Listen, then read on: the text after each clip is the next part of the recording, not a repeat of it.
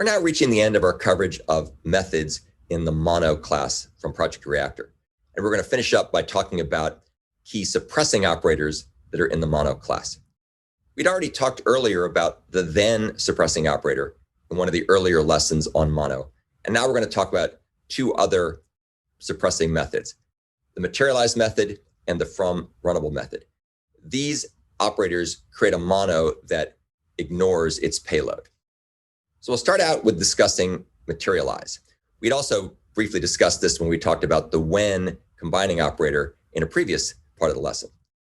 Materialize transforms incoming on next, on error, and on complete signals into signal instances, thereby so-called materializing these signals.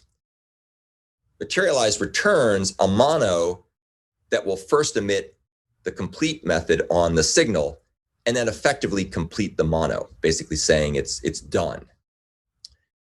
This data suppressing operator will ignore its payload. And here's an example. We'd looked at this earlier, but just to recap it quickly, this is an example of where it could be used. We talked about the concept of a mono collector, which takes a bunch of monos and collects them together using the Java 8 streams collector interface or collector framework. And you can see here what we do is we say mono.when for a varargs array of monos. And then after all those monos complete, then we call materialize, and that will essentially return a mono that signals when all the monos that when was processing are all complete. So it's basically taking all the complete signals and then having a single point to signal that that particular group of monos has finished. We'll talk again more about this when we talk about the monos collector later in the class. There's a similar method that's part of RxJava, which is also called materialize. It's another operator that works in effectively the same sort of way. We'll also now talk about the fromRunnable suppressing operator. What this does is it executes the given runnable that's passed as a parameter and then returns a mono. And the runnable parameter is executed before emitting the completion signal. And it returns a mono that completes empty. So that's why it's essentially data suppressing, because it doesn't return anything, doesn't return a value. It just has a side effect of running the runnable and then effectively returning an empty mono. So this is commonly used to trigger some final processing before completing some chain of method calls related to fluxes or monos. So here's a simple example. We'll take a look at this when we talk more about fluxes later. So this is kind of a preview of coming attractions. But essentially what we do here is we go ahead and create an async flux sync. And this is going to go ahead and generate data.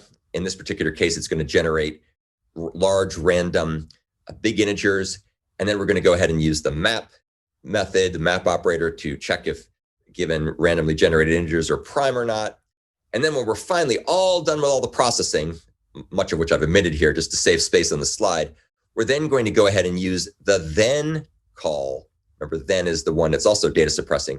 And we're going to say then mono fromRunnable, and then we give it a runnable. And in this particular case, that runnable is going to go ahead and display the results of all the processing, and then it will return an empty mono. And then we'll take that empty mono and return an empty mono too, and that'll be a signal to the underlying async task barrier framework that all the computation is finished, and it can go ahead and basically shut down and have the results be properly processed when the main program shuts down. Interestingly enough, there is no direct RxJava equivalent for fromRunnable. So you have to do other kinds of things. For example, one thing you can do with RxJava to get somewhat the same behavior of what I just described is use another action operator called do finally. So do finally is an action operator that can play a similar role to what we just showed here with fromRunnable, where we want to do one final action before we go ahead and kind of complete the chain. So in this particular case, if you look at the implementation of this code, same basic code for RxJava, you can see that we go ahead and create a bunch of random stream of big integers. We check whether they're prime or not. And then when we're all done, we're going to go ahead and call do finally, which will display the results when we're finished with all the other computations. So not quite the same, but you can get the same effective behavior just in a somewhat more limited way by using RxJava features.